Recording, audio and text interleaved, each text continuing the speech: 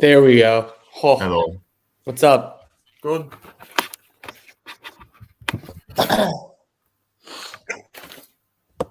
We're here. We're alive. Ferrari might not be alive. Or Mercedes. Or Mercedes. Yeah. Poor Mercedes here. Yeah. Do you want me to put in that group chat that we're live? Do you want to send questions in? Sure. Why not? I gotta get my Team McLaren gear on. Well, I'm wearing what? I'm wearing kind of gold. I'm not wearing any Red Bull merch, so I'm going very neutral today. There you go. I'll throw it on Twitter too. Let's chat F1 for an hour. Let's do it. Yeah. Is this on the DRS YouTube? Yeah. Okay. I gotta get better at streaming stuff, man. I've been lacking. I don't know. Me too. Oh well. Yeah,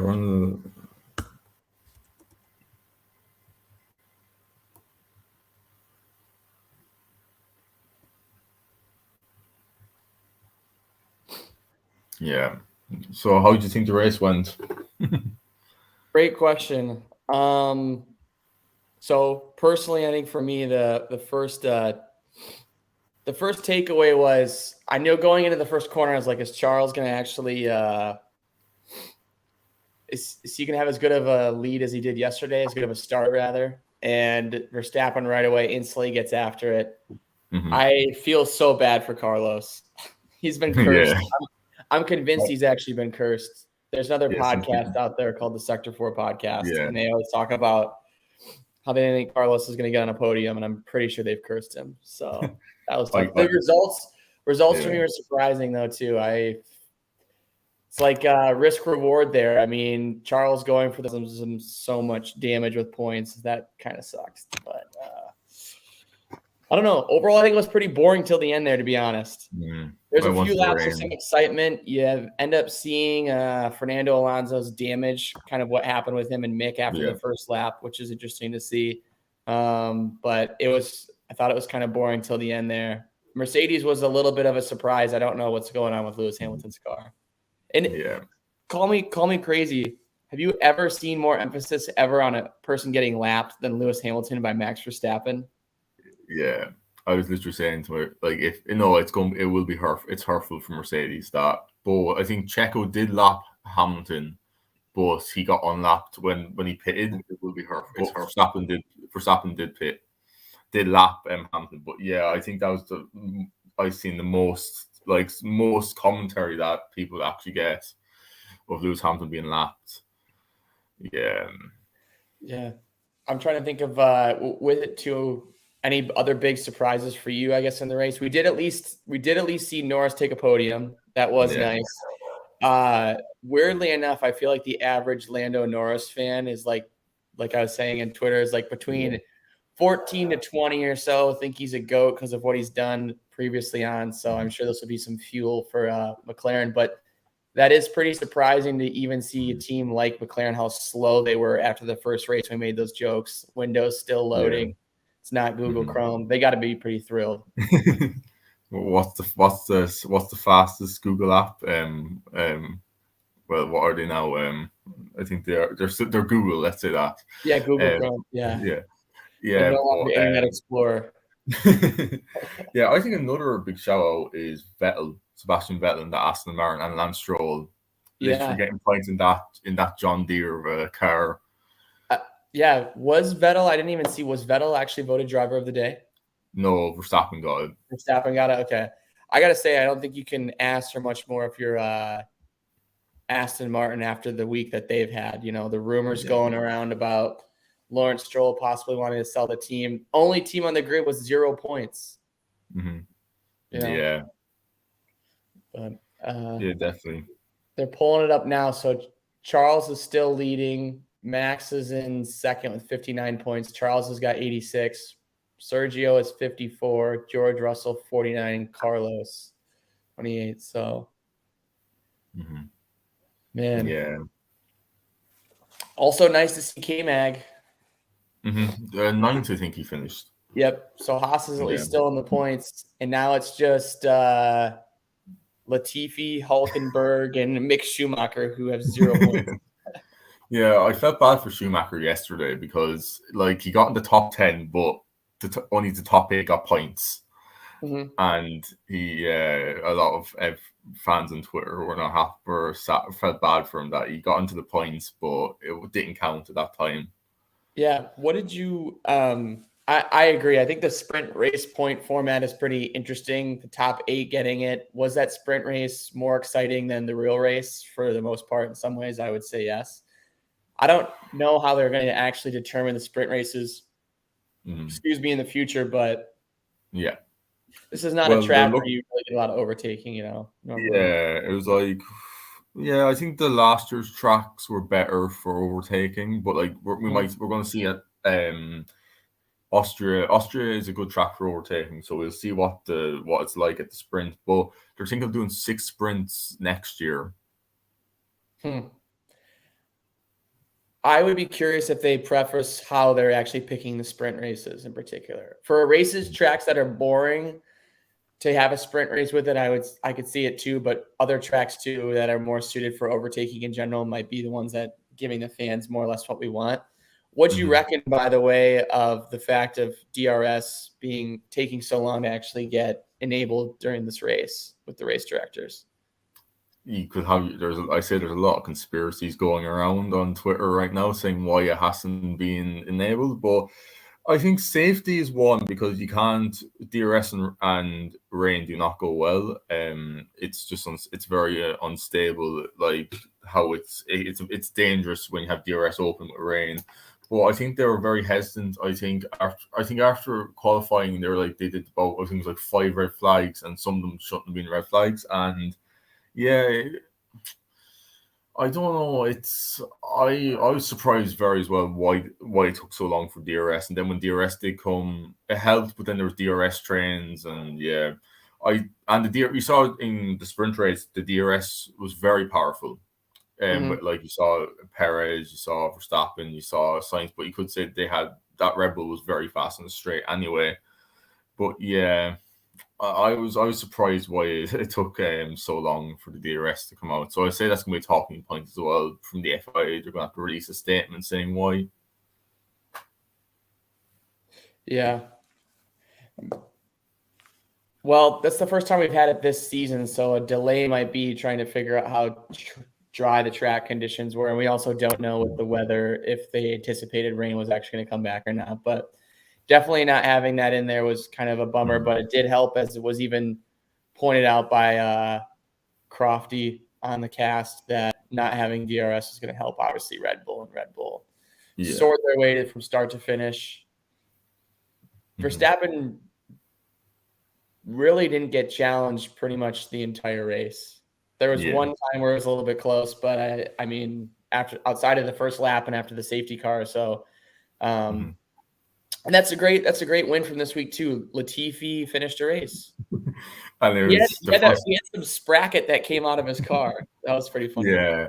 Yeah, and as well, I think it was like when his engineer came on. It was the first time I've heard Latifi's engineer ever in a race weekend. Exciting stuff.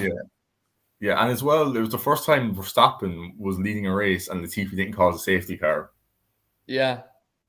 Yeah. That's definitely unique there. So a little bit of a shakeup, obviously, in the points too. Any other big takeaways you thought you saw from this week? Let's rewind here. Mercedes, actually. Big discrepancy now between Hamilton and George Russell. Can there be really any critique of Lewis Hamilton's driving this season, or is it just a hot mess with the amount of porpoising that car's been under? I'm going to say it's not. I'm not going to. I don't know. I think that is a mixture, but I think it's mostly the car. The car is not set up. It's not in its window for working. It's I think there's a bit of setup in it as well. Yeah, people are going to try and make conspiracies why Lewis and George are so far apart. I think George has just got he's found the setup that's right. He feels like his driving style is suited to the car, Lewis may not. We don't know. We don't have the data. We can only look what we're being shown. Yeah, I do think Mercedes they're in a rough patch now, and it is getting a bit unacceptable for a team of that stature that they're literally fighting an Alfa Romeo and being stuck in a DRS train as well. Yeah, I'm sure the already fans that critique Lewis Hamilton will critique him even more, and people who like George Russell probably say it's more to do with driving style than anything and skill. Yeah, I think the car issues were addressed by Toto there at the end. If you did listen, saying like apologizing, so it is just hard because I think wasn't there something like I don't want to call it sensor gate where they're saying they're testing the sensors, so I don't know, put some blame or emphasis on that, but the car obviously didn't have the pace pretty much the entire day, and when you're struggling to catch up to someone like Pierre Gasly, it just probably pretty painful. I gotta imagine it's probably pretty frustrating, but Dr. Obbs in one of the other interviews I had, we talked about the development curve, and we're still early in the development curve, and Ferrari and Red Bull got it right in the development curve. Doesn't mean Mercedes can't, but if and when it happens, it's obviously going to take more than a few races. And did Mercedes really have any upgrades for this race even? They had tiny bits of upgrades. So like they had like a bit of end plates, a bit of end plate upgrades, bit of at the rear of the car. But like I think this weekend and so far this season, Ferrari have brought no upgrade. I didn't know actually. Ferrari did bring a bit of diffuser upgrades this season, but besides they haven't brought any aero upgrades to this car yet. So they still have to develop. They still have to bring a massive upgrade as well. So I gotta ask you too. Obviously, being a fan of Formula One, not to bounce around, but right now, hype mode. Sorry, I'm looking at Mary's comments here. Over makes me feel the same as Jensen with McLaren. Over. Hey, that's a great point. Maybe they are. Are they trying to screw over Lewis Hamilton? Is that a thing? No, I don't want to. No, I don't think that is the case. Like, I think more. I think Lewis is more. The team will want Lewis to get that 8th championship. George knows himself that he's there to help Lewis this season, and if say Lewis doesn't win this year, and Lewis does stay next year, he'll be there to help Lewis again. But going back to that sensor gate, I think Lewis did have sensors on his car and George didn't have sensors. So we don't know what the conversations are, why George is not getting the sensors and why Lewis is not getting the sensors. So yeah. Well, you just think in Lewis's case, it's almost like 1 step forward, 2 steps back. And even with that too, the hardest part of not knowing anything like so technical on F1, you don't know like someone like Lewis Hamilton, what part of the car he's changing, even if it's the smallest minute change, how big of an impact that's doing it. And if George Russell's just saying, all right, I'm just going to keep it the way it is and not, even though the cars are lightly tweaked, obviously it's making a big difference. So we'll see as time goes on. I was going to say before bouncing with the question there from our discussion with Mary, we have Miami coming up next week, or 2 weeks from now, really. Yeah. Not knowing anything, new racetrack, we've never been there at all. Right now, who would you put your money on to win that race? We haven't seen any practice, anything, just with the current state of the season. Okay. I'm going to have to back my boys Red Bull. I have a surprise that Perez might get pole in that pole at the race, and the Ferraris will be up there. I feel like I have an inkling that Mercedes might I think this will actually show where Mercedes are actually at, because we haven't been to this track before, like you said, and all the teams haven't, and we're going to see this track will actually suit Mercedes. It might make them closer a bit, but they will still be off the pace of the Red Bull and Ferrari. But yeah, I'm going to have to go Perez. I think Red Bull will be neck and neck between Ferrari and Red Bull. Okay. Well, I mean, both of those teams are reliable. At this point, I can't see. That's another great question too, really, when you think about it. Is right now, given everything that's going on with the season, McLaren obviously found pace this year. I'm like, is there even who do I see winning a race outside of Red Bull and Ferrari? if Mercedes could really do it and had one heck of a drive by George Russell and the cards fell right with the strategies and everything like that, maybe even Hamilton, and if he can, if that car is just outside of the top, but everyone else I'm not so keen on right away. I mean, but in Formula One at that race, new racetrack, I do agree with you. It would be nice to see, I think, with the Miami Latin American influence, I think Miami would erupt if Checo won, which would be cool. But definitely. For me right now, given everything, just with the experience, I would actually put my money on Verstappen to win next week. Only because even as a younger driver, he does, I don't want to say like Tifosi risked it all to get the 1 point again, but I think Ferrari just has not had as much reliability. And I only say that in the sense where when Max crashed both times or his car had an issue, that was an issue with the car, not necessarily him as a driver, if that makes sense. Whereas I think more recently it's been Carlos as a driver, Charles as a driver that's caused themselves not to finish a race. So I put my money on Verstappen though. But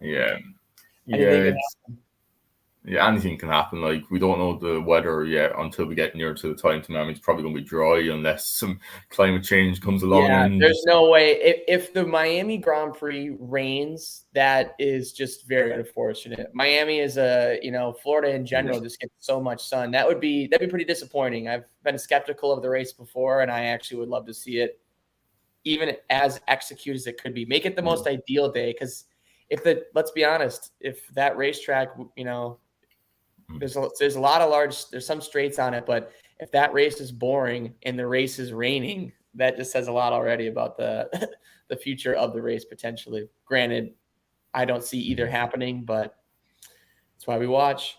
Yeah. How nice would it though to see Latifi getting the points in Miami? Anything really could happen in Miami.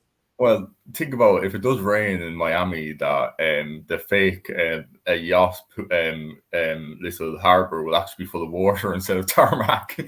I know. Gosh, when you look at that though, does any part of that just make you kind of cringe? I don't get it. It would be cool if it was right on the water. For me, it just seems a little too extra, and that's where some of the Americanness of F1, where I'm like, it's a cool concept. I don't know. I would actually that's the reason why I go on Twitter and social media, is to look at those photos. I actually want to see a photo. Someone will post a photo on one of those, some social media influencer, and I am excited to see it. Imagine some of the sites imagine they didn't fit the yachts with engines, and like, imagine if they did, like, and someone just turns the propellers on in the sea. It would, but they should just fill it with something. Put like fake water, like blue tarp down or something, just to make it look like there's water there. But I just want to say, Mary, I cannot say those comments on stream because we would get demonetized. But well, we're not technically monetized yet, but we do not have any sponsors. I know. I don't know if you did hear, but even with the current 7 subscribers right now to the DRS Zone YouTube channel, Urakali did reach out to want to be a sponsor, but we are not joining forces with them. Had to turn down the deal. They offered me 1 million rubles, but I think that's worth about 10 cents in America, so I had to turn it down. That was a good choice. We don't want to be into a geopolitical conversation as like just like Haas did, but no, Miami's going to be interesting. It's 2 weeks away. The teams, I don't think the teams will have, like, all their parts are already going to be shipped over to America. Some of the airframe might be a bit later, but like, say it's going by a cargo by boat or anything like that, it'll be already shipped. But I don't know if we'll see like a major difference in what the order, unless there's chaos and climate change does bring rain. But I'll be interested to see how the midfield goes in that. Like, will McLaren fall back to where they were? Like, we don't know if it's going to be like Imola and Australia were circuit dependent. Will Miami help them or make them go back? Will Aston go backwards? Will, like that? If I had to think ahead, just based on the conditions, when you look at certain conditions, like Vettel is a very great driver in the rain. In the sprint race, he was great in the sprint race too. I think Haas, like K-Mag, I think the teams that don't have the better cars, and I'm not saying Haas doesn't because they've been up there, but obviously Aston Martin hasn't. Those teams are way better when the conditions favor them, at least earlier on. More chaos. Hi, Crystal, by the way. Hi, Crystal. Yeah, more chaos is better for the teams, I think, lower at the midfield. If Miami is completely dry, I think Haas, it's going to be harder for them to be in the points. I see Aston Martin falling back.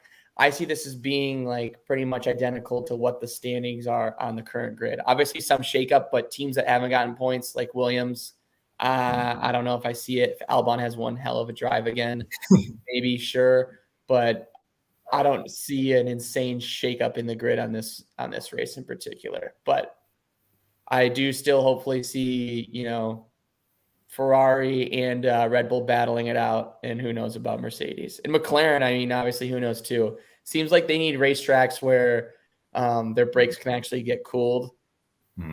Yeah. I don't know if the conditions favor them this week because of that. Obviously, it seems like they figured it out, but Lando Norris was interesting. Like, what was the difference? And he's like, the long, short, boring answer is hard work. Yeah. And, I get it, but that for me, like, who knows? Maybe he's on cloud nine. That just wasn't reassuring. Like, McLaren's actually going to be back in the points consistently here, or podium for that fact. But like Leclerc, like he won't be on the podium. Leclerc didn't hit the curb and hit the wall, he was there to capitalize on a mistake. But yeah, I'm not really sure McLaren. I think it's just circuit dependent. I think Ricciardo would have given Norris a fight if he didn't take out Sainz. But yeah, it's hard to know because we don't have to. We love to know how to read the data and be given the data like how engineers and the teams can see. But yeah, I think you're right. I think if we did see Haas this weekend, they were good in the rain, but when it got to dry running, they fell back straight away. Like I think that car does need upgrades. I think Haas have brought like Ferrari just some minor upgrades, but they haven't brought a massive upgrade package yet. So yeah, I would say actually McLaren escaped with the podium this weekend. That's really the way it should be, honestly. There's no way you would normally anticipate if it weren't for the fastest lap. I don't see Lando Norris battling the way his car was. He's performing well and have a good drive, and no one was between them. But I don't. If it weren't for the spin out, there's no way that normally in that race he would have gotten a podium, even based on the sprint races or projections or anything like that. But you do make a good point with reading the data, and everything like that to really see the technical side of it, especially something I'm sure Mercedes is going to have to do pretty in depth. Rory, who would you say we talked driver of the day? We knew it was Max. We were talking about Vettel. Who for you would say is your big winner of this weekend? Who is the big loser? Teams or drivers? I'll go teams. I think Red Bull's the big winner because of how far they were behind Ferrari in the constructors. Now I think they were like 40 points behind, and now they're 11 points behind. So that's a big one for Red Bull. Losers, I'm going to pick two teams. Ferrari, because of what happened with Sainz and because they lost their big 14-point gap in the championship, and Leclerc as well. And as well Mercedes, because they needed a good race this week or weekend in general to get data and as well be pushing for a podium as well. And this weekend they were nowhere near that. So yeah, they're my two losers and my winner for this weekend. There you go. I completely agree with everything you said, but one of my winners, I like the winners you had, or the winners being Red Bull. I would also throw in there Aston Martin. Yeah. 2 drivers in the points, never had any points at all during the season. One of those, again, I think conditions favor them, but if it's completely dry, I just look at it from a practical standpoint, like practicality-wise. The one thing that's going to be different with the circuit is no drivers driven there before. That's the big shakeup, in my opinion. Tire strategy, you're unfamiliar with it. You can get grid spots back that way. But if we're talking just simply a dry, normal track, I don't see, again, those lower teams performing at all going into next week. So I think you got to give Aston Martin a win this week because I don't see it happening a repeat back in the points next week. On top of that, too, going back, reoccurring segments we've had. The hot seat right now, drivers on the hot seat. Which one on the grid? Which one growing on the grid before this race did you have in your hot seat, and who do you have after it on the hot seat? I had before I had Sainz because of like he's in that Ferrari. He should be. He needs to be up there with Charles, helping Charles defend. Like if he was Charles is the only one up there, like with the Red Bulls or whoever's up there with them, and Sainz was qualifying bad, was a big distance behind them. And even Bonotto came out and said that Sainz needs to keep the pressure, deal with the pressure more easier because he's in it with that Ferrari of being fast. And we're going to have to see. I think he's been unlucky, but I think he's still in the hot seat for me after the race weekend because he didn't need how that weekend went in that qualifying and then being taken out by Ricciardo as well. Yeah, definitely unfortunate. I would put Carlos back in the hot seat, which is ironic because he just signed an extension, right? For 2 years here. Yeah. However, we always talk about pressure in Formula One and how much pressure these drivers are under, and especially not really knowing the mental fatigue that it probably goes through to constantly have to perform and push a car and yourself and your body and your emotions on the limit.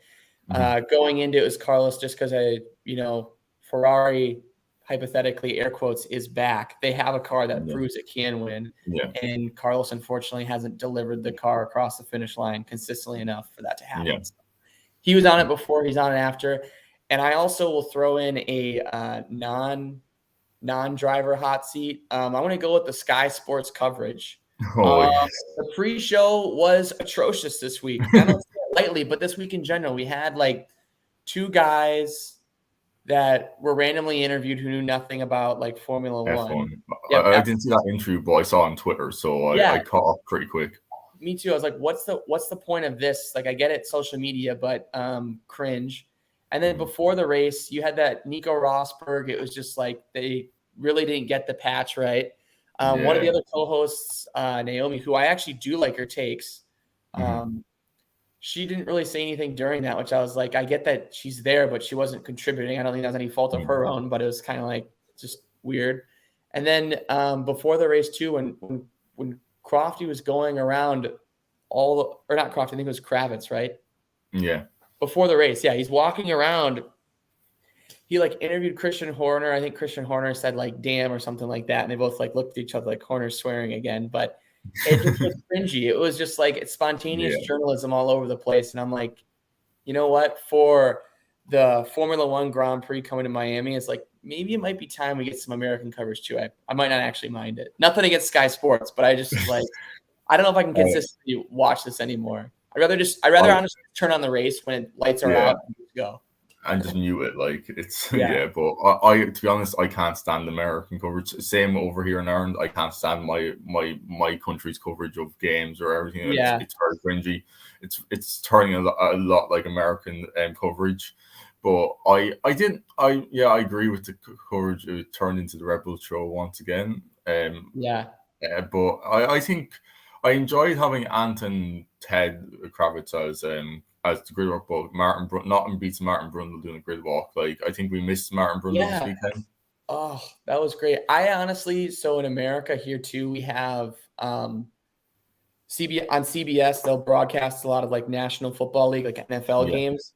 And one of the announcers is Tony Romo. He used to be a quarterback. And I'm not I'm not a Tony Romo fan, but he's, a former quarterback, aka former driver, essentially equivalent. And hearing him talk about stuff before plays go on is awesome. I honestly, if I had just a Nico Rosberg live stream of just him narrating the races, I almost might just listen to that more. Yeah. Not to embellish Mercedes or him or whatever, but I kind of like it from the former racers going over what's going on. Yeah, definitely. Yeah, Paul Di Resta, don't commentate on a race ever again. It was thank you. No, and I think Crofty. I think we need a new commentator in F1 or Martin Brundle does. I know he's. Yeah, he used to come. He did the same thing he was with Crofty back in the day with Murray Walker at the time.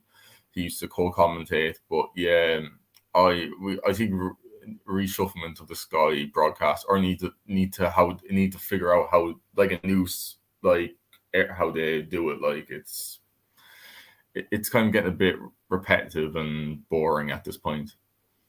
Yeah, I definitely agree. On top of it all, with stuff being repetitive and boring, a lot of people were getting bored with Mercedes winning. Do you think now that obviously there's been a shakeup in the grid in terms of teams, do you think that's what F1 obviously needed? Like, you think the season outside of the regulations is more exciting than seasons we've had even like last year? Okay, this is where I have to be careful as a Red Bull fan. I know it's a fine line. We wanted new rules and regulations as F1 fans in some ways, but is the driving and racing we're getting that much better compared to even last year? I don't know. You've obviously watched a little bit longer than I have, so I'm curious on your take. I think, okay, last year it was an exceptional season, and then how it ended. But besides that, racing, they're able to be able to closer follow. Overtaking is still not. It still needs improvement. It doesn't. It's still not there. They're able to get closer. They're able to follow closer. The tires are not affected as much. But besides that, I think they still need DRS for overtaking. The DRS is very powerful with these cars as well, especially the Red Bull. The Red Bull is like a rocket ship down on a straight. But yeah, I do think I'll be, as a Red Bull fan, I don't like seeing Mercedes where they're. I want Mercedes to be up there fighting a three-way battle. I want as many teams fighting up there. I think the racing today was boring. It was like Verstappen was like 15 seconds up the road. There wasn't much overtaking. It was, I think there's more, like there is, like I think Bahrain, Australia, there's more overtakes anyway, but yeah, those tracks were never good at overtaking. Imola, it wasn't great overtaking, but yeah, I like the racing how it is. It's much more closer, but the overtakes are not as, you're getting the overtake, not as much overtaking. You're getting quality over quantity, if you get me. I see. Yeah, that's true. And to quote Dr. Obbs again, we're still early in the development curve. So hopefully as these cars get more developed, those overtakes do, come more swiftly. Yeah.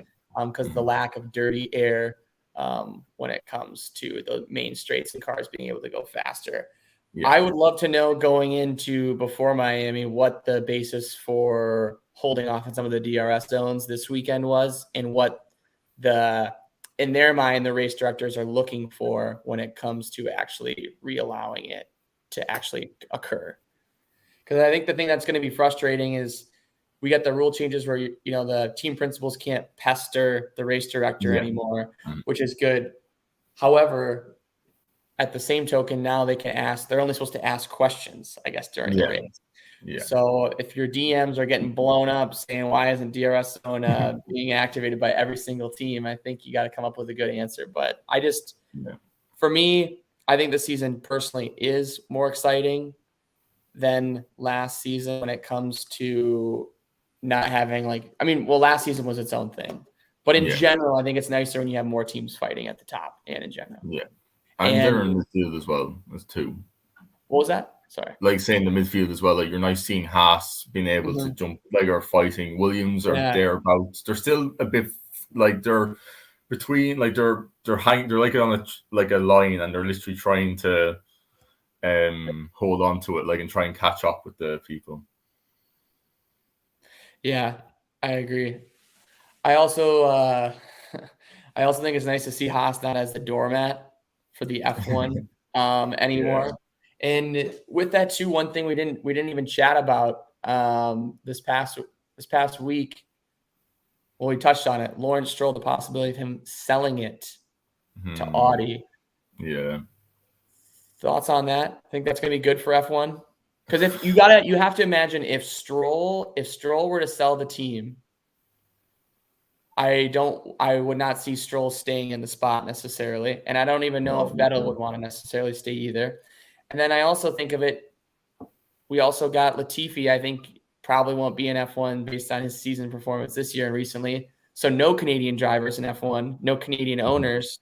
And now Aston Martin, Audi. I don't know which one sounds better, how that goes or what. Yeah, I don't think Aston Martin name will stay in the sport because Audi and Aston Martin are road car competitors. So exactly, I don't like sports cars competitors, not like actual normal road cars. But I think it's a bit like I think Lawrence Stroll, like I'm saying, what happened to this 5-year plan, Lawrence? When you said like you're going to be 5 years in 5 years' time, we're going to be fighting for a championship. But yeah, I think it's a bit premature of him saying I want to sell the team because they're in a rough patch.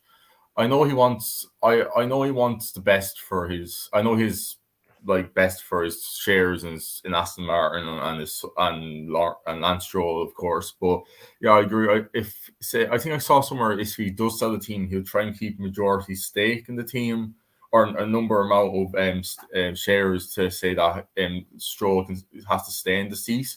Or he might say that Stroll has to stay in the seat for a number of seasons, like in the sale of the contract. But yeah, I definitely think if in the case and he does sell, I think Stroll is gone when Stroll goes, unless Lawrence goes and says I want to go and invest in another team, and Stroll goes with him like a Nikita Mazepin situation. Yeah. Well, maybe he's reassessing his decision based on his team's results this weekend. Maybe not. Yeah. But you did bring up a great point, the 5-year plan. And I was rewatching some of the earlier episodes of Drive to Survive. And there was one clip I did see recently about Lawrence Stroll where it was him when he had bought, talking about taking over with Aston Martin and why can't I think of it? Otmar, their old team principal, was going on and saying, I've worked with multiple billionaires before, but he's really one of his own kind. And he sits down there and he's like, all right, you have 15 minutes. He's a guy to me that really expects results. And to quote that episode too, where he was chatting about it, they did inherit it from Racing Point when they were 4th in the Constructors Championship with the smallest budget or one of the smaller budgets in F1. They've obviously had a huge fall from grace. So if he's not getting the results he wants, I think his 5-year plan will be cut short, actually. I don't see him being a guy that, I think you get these, like, when it comes to extreme wealth, and this would be a great episode too, eventually in F1, you get these teams that can just like throw money at it. You're in a racing league division, whatever, throw money at it, keep moving your way up. I'm not saying he's thrown too much money at it, but I think he's realized the amount of money in his initial investment isn't going to garnish the results right away.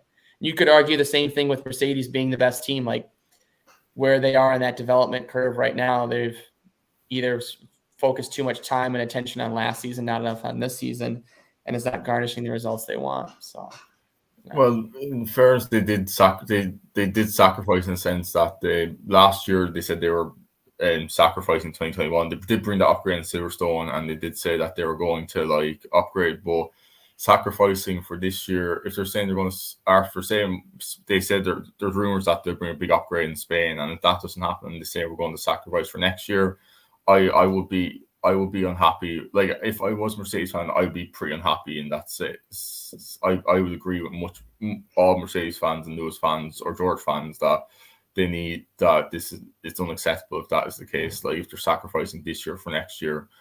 And as well, going back to Aston Martin, I do think that I would compare Aston Martin to the Man United of football. If they're spending a lot, if they want to invest money into it, and if you follow your football, Man United have invested over the last 5 years $1 billion or something like that, and they're still terrible. So I think Aston Martin are the Man United of football. F1. And I actually I wanted to say future episode idea because I do not follow football as much in Europe as I probably should. I will say one of my best friends growing up who played soccer, if you will, here in America. In college, he was really good. He was from England. He was a huge Liverpool fan, so I'm instinctively a Liverpool fan because of that. But I would love a crossover episode with Dens and yourself where you can help educate me and anyone else out there an F1 to Premier League equivalent chart. Like what team is what team, what driver is what star, something like that. You think you could come up with something?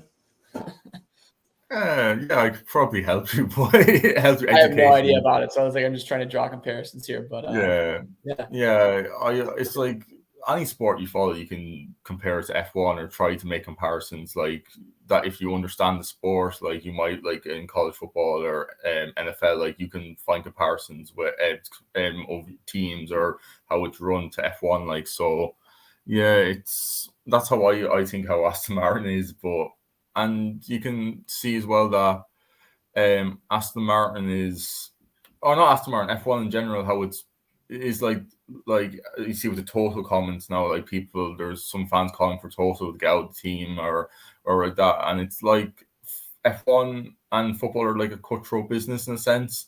yeah, It's drived on by results, performance Yeah. and results. And there's certain teams like that sack their manager 3 times. If they're in relegation, they sack their manager and try and get a boost. Yep. But yeah, I think as well, going back to Toe, I don't think you have to give him time. Like I said on some space before that, like Gunther Steiner wasn't called to be sacked when Haas were terrible last season.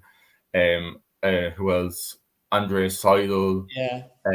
As well, like when McLaren were having their troubles this season, wasn't being called for a sack.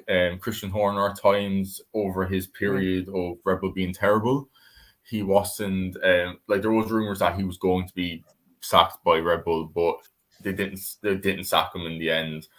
But yeah, I think it's a bit premature and it's a bit unfair that you're calling for a team principal of total stature who brought 8 constructor titles and 8 drivers titles to that team, or not 8 drivers, 7 driver titles to that team, I think. Yep. Or not actually 8. No, yeah, no, 7. I don't know. I can't think. They have 7 drivers titles, 8 constructors championships. Yeah. So and Nico Rosberg. So good point. Yeah, you're right. 8. Yep. Yeah, so I definitely think that not 7. No, he had 1 before, so 6. No, 7. It's 7. So yeah, I think it's premature and a bit unfair that you're saying that you want your team principal out because of the performance of the car. I think it's not just Toto. You would have to blame the whole team, and you might have to blame. You would have to blame the driver. Not the drivers, like it's their performance, but I don't think this weekend was Lewis's or George's fault. It was the car that was terrible. Yeah, I think you're right with that, and it's hard as an American fan, I'll be honest, to really comprehend and understand some of the professional pressure that people get. Sorry, tongue twister there. When it comes to performance, like in American sports, obviously some of our seasons are way longer and they're more team-based. You don't really have like one driver in particular outside of NASCAR, but I don't watch that enough to really comment on it. But I think it's definitely an overreaction. I think some of the fans, it's like the season's still really long. This is the 4th race out of 23. Even if it was a horrible season, you're really going to sack someone. Like at the end of the season, I get it, sure. Or unless your driver's doing absolutely awful. I think the criticism is obviously warranted, but when you go from being one of the better teams to now not hitting the marks early on the development curve, you're obviously going to get a lot of criticism, but I think some of it's just overhype. I think it's the fans that haven't been there for the 7 Constructors Championships or the ones that maybe a little more recent, like the Drive to Survive fans, such as myself, that are throwing way too much criticism on these teams. I think some of it probably comes from lack of understanding, just how Formula One in some ways works. But I also think is like if like Mercedes and like some of these other teams, I love them kind of being savage to people in the comments on like Twitter and stuff, because it's kind of in some ways purging your fans, you know? Yeah. I think as well, like you said, like it's newer fans or whatever, but I think like I think it's fans that haven't been there when Lewis, or say for Lewis fans that haven't been there when Lewis was in that 2009 McLaren. I think it's worse than this Mercedes, but like there's been fans like Mary in the comments there who's been there since 2006, and they will stick by Lewis, and there could be newer fans that'll stick by Lewis, like stick by Mercedes through these tough times, but there's definitely fans like who've been there longer that will stick there and know the tough times, and know that the tough times will become better days, and they'll come good again. But yeah, I think it's especially on Twitter, you see the Merc admin trying to stay positive, and there's fans saying, well, they shouldn't be posting on social media or doing TikToks or whatever like that. I'll make a counter offer to that, a counter point to that. Haas, as an F2 car last year, were on social media still posting, and they had people in their comments, and they still posted. And as well, that social media, like in the marketing side, is a revenue for that team. Like if they don't post on social media, it's bad for the sponsors, it's bad for the image of the team. Like they have to do that. So, and as well, those admins are not engineers, so they don't know. They might know something, but they're not like engineers or how to read data and like that. They're just told what to say on social media and try and make a good image for the team. So yeah, that's some valid points there too. I think you got to just be consistent. I think fans, we obviously expect a lot from our drivers and everyone else like that, but it comes down sometimes too, where I think of it in both lights, where, okay, we want to critique and criticize as much as we possibly can, and we're valid. We all have our points and opinions. But when it comes to like a team like even Mercedes, okay, you're really that displeased with Toto Wolff. It actually, let's say, it is his fault, right? He takes full responsibility. Yep, this car is completely my fault. It's awful. You know what? I'm just going to retire from F1. Okay, it shocks the world, or maybe it's deserved. Again, just being extreme here. It's like, who do you even go out and get though? Who goes into a leadership role and replaces someone that's that big? You know, some of these other drivers too in other races. Like I look at even, you know, when you see drivers later on in their career not doing well, you just think it's aging. Oh, it's these young drivers out competing them. I don't think that's the case as much in F1. I think Fernando Alonso still got it. Lewis Hamilton, even where he's struggling, I know he's still got it. And then you critique and you're like, okay, well, who's going to go in and take these spots and be better drivers? You know, you definitely could get some young blood in there and they could shake it up and they garnish the results. I just think the hard thing is, as fans, we don't really appreciate consistency. If you're being consistently bad, yeah, that's one thing like Haas, and you can change the development. Now you look really good and all those drivers and the team looks way better. If you've been consistently good the whole time and you have, you know, you start off on the back foot, you get the critique way more often, but you're still consistent in some ways. You still had that level of success. And I just think fans are nuts if they get rid of certain drivers or certain powers that be like Toto Wolff, just because they're not getting the results they want right now. Yeah. I know I was ranting a little bit there, but that's just me being real. Yeah, and as well, I think going back to I was going to make a point. It was something to do with Mercedes. I can't think what I was going to say. It was just point. I know, but I think it definitely great points there. I think as well that Mercedes. I don't think there's some people like Andrew Chauvelin, like I forget his title in the team, but he doesn't want the job. I don't like to become a team principal is a massive job, and you need to be like I would think Susie Wolff would be a great appointment as she's Venturi's team principal. She's Toto Wolff's wife, but she's a team principal with a Formula E team, and she would be a great. Say if Toto does step down, I would to see her as team principal, not as in Mercedes, but anywhere else on the grid. But yeah, I besides that, I don't see anyone else taking over. Like, who would you actually go out? Someone meant to put in a space. Like, if you do sack Toto, who's going to step up and take the job? Like, it does take a lot on you, like stress wise. You're over 2,000, nearly 2,000 in Mercedes, especially over 2,000 people at the factory, and then at Brickswork as well at the engine facility. But yeah, I definitely think it's too premature and unfair that you want to sack. Yeah, like you said, like it's over because of bad results. Like you have to, if it's consistently bad, then yes, at the end of the season maybe. But or if Toto himself wants to step down, or I think Toto will show us that of his stature, he's going to get this team back to where it needs to be. So exactly, and when that day does happen, I think it'll be well deserved and really proving a lot of the people wrong right now. And I'm sure people will probably look back and say, yeah, we were definitely casting our doubts way too quickly on. I also think it's one of those things personally where me just being an optimistic person, even if this lasted, even at the end of next season, I still don't think the criticism is completely warranted. I'd give it 1 full year and then some change, honestly. I think we just expect these changes so much, and you don't really know what the package is and where we are in the development curve. Mercedes could hit the mark right 2 years from now. It might take them that long. They could still muster out a world championship then, because if I'm not mistaken, I'm pretty sure it's 2025 until the next other changes going on. So its engine changes about 2025, and that will probably be another aero change. But I definitely think going back to my point I was going to make, Mercedes. The thing about Mercedes do bring a massive upgrade in Spain. The thing with upgrades is nowadays, because of the budget cap, sometimes they will fail and not work. But in upgrades, say back before pre-budget cap, the teams could spend, Red Bull, Mercedes, Ferrari could spend over $500 million a season, and they would have the time to make sure this upgrade will work perfectly. But I definitely think, I think there could be a Mercedes upgrade at Spain might not work or could work. That's the thing with the budget cap now, I think. And because they have less time, they're quickly trying to get this upgrade prepared. They have less resources to spend, less testing time. And I do honestly hope that Mercedes do get their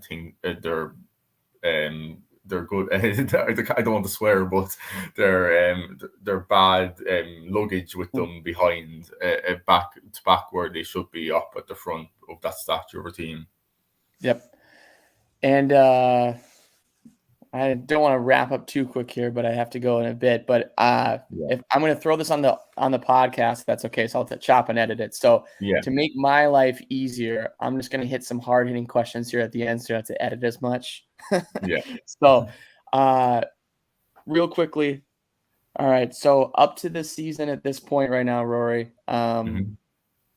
we've seen a lot of, obviously, well, I should back up and I'll start over here, but I was going to ask if you had to hit the fast forward button on this season right now after Imola. We just saw Red Bull 1-2. We saw Charles Leclerc spin out. Do you think Red Bull wins the championship? If you could fast forward to the end of the season right now. Oh God. I really don't want to jinx this for Red Bull, but I am going to make it an anti-jinx and say Ferrari will win. Charles will win the championship. Red Bull will win the constructor. That will maybe anti-jinx it, and Red Bull will win. For anyone who's not watching, I'm sure Rory has his fingers crossed. And I'm thinking too, just to be safe, that obviously does not happen. Let me ask you too: who wins the constructor? Or we have the Constructors Championship. Charles there too.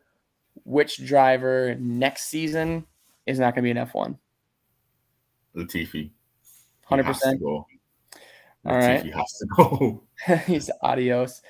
Okay. I like to hear that. And then Miami right now. Give me who's on pole, who's on your podium, and give me one proposition bet that you would take. Okay. Pole, I'm going to go Perez. I think he won't win, but I think it will be Leclerc, Perez, Verstappen. And then proposition bet. Both Mercedes in the top 10. I'm going to. Okay. Yeah. Okay. I like that. I got who next week? Actually, I'm going to go. You know what? I'm going to shock it. I'm going to say the jinx has already been there. Yeah. I am going to say Carlos actually figures it out and does get pole position. Okay. Next week. That's good. I am going to also not jinx it. Knock on wood here. My podium, I'm actually going to go, you know what? Because it's America and it's going to shock everyone's mind how exciting this race is going to be down in Miami. I'm going to go a Ferrari, Red Bull, Mercedes podium. Okay. Triple draw. Some craziness here, which is maybe what the fans need. And then for my proposition bet, I keep jinxing it, and if I do it this time, I don't think it's going to be a jinx, but just because I want to see it, I want Mick Schumacher to finally get some points. Okay. Yeah, I'll be happy Craziness, with that, but I'd like it. If that actually happens, if it was a Carlos Sainz pole, if it was a shakeup on the podium, 3 teams like that, and Mick Schumacher, I think that's going to be the greatest race of the season. I don't want to be biased, but as a fan, I don't think you could ask for much more. So we will see. But Rory, appreciate you joining the live stream here. We will chop and screw it up for a podcast episode as well. I meant to say too, we got to get some talking points back here and actually throw on an episode unrelated to F1 because besides Diplomat's episode, yours was the most viewed for a very long time. Diplomat just did surpass you, and then only to be surpassed by Dr. Obb's episode as well. Yeah, I was expecting that. So you're P3 currently, but you're looking all right. Yeah, I think as well, if we want to get another, that Engine Mode 11. Yeah. You should try and get him on the podcast if you want. I know he's doing a round of podcasts. I almost was thinking in some ways it's maybe a better thing to actually do like a StreamYard like this, or if you just recording the Twitter Spaces, but they just take so long to download sometimes. Yeah. And I don't think that if you did it with him, like I just mentioned, that he doesn't do Twitter Spaces as much as well. So as well, but if anyone like as well. And Mary, we need Mary actually as well. Yeah, Mary, I got to set up a time. It would actually be really fun, and I almost think like what the channel, what I need to do is start chatting, not necessarily just like completely breakdowns, but just anything related to like actual stories, like again the DRS stuff. Yeah, so, but definitely, yeah. So, appreciate you joining though, Rory. Have a good rest of the day. Let's chat soon. Hopefully, we'll see you in some spaces, amigo. Yeah. Have an enjoyable day, and I am going to watch a football match now, or I'm probably going to a Twitter Space. But anyway, thanks for having me once again. So I'll see you again soon. We'll see you. Bye.